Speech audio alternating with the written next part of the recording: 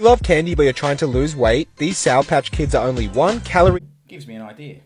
With all the uproar online about creatine gummies not actually containing creatine, I wonder how hard it'd actually be to make these beautiful gummies that I've seen contain creatine. So that, of course, leads to the question, how hard is it to make creatine gummies nice? Well, I'm here to answer that question. The process itself is quite simple. You need creatine monohydrate and gelatin.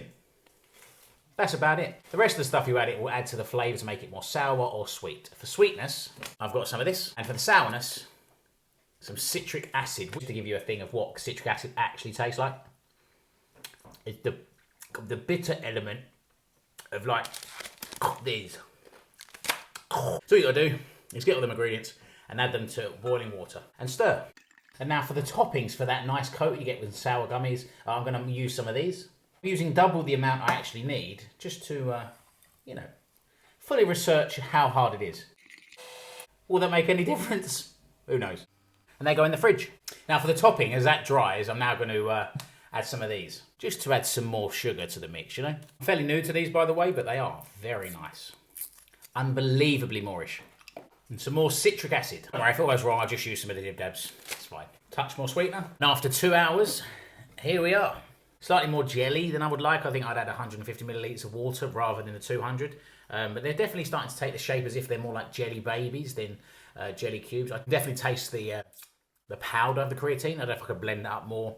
And I wouldn't add the citric acid to this mix, to the actual jelly beans themselves, jelly babies themselves, because it's a little bit sharp, a little bit. But then if you like sour things, you're in luck. Let's add the topping. As I said, if I make these again, these are quite liquidy. You can hear in the video these are a bit liquid. So I'll definitely add less liquid next time. But I'm doing this so you don't have to. But on this plate is, oh, it's so sharp. Don't put the citric acid into the actual gummies themselves.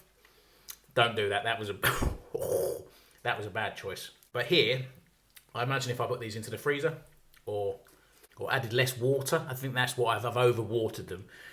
This would be quite nice. This is 15 grams of creatine here, and I can't taste the creatine because all I can taste is citric acid. But there's definitely potential. I'll go back to the drawing board and I shall make another video where I buy some jelly moulds and make these bang on, because I think I've added a little bit too much water. But it certainly is possible, and I urge you to give it a go.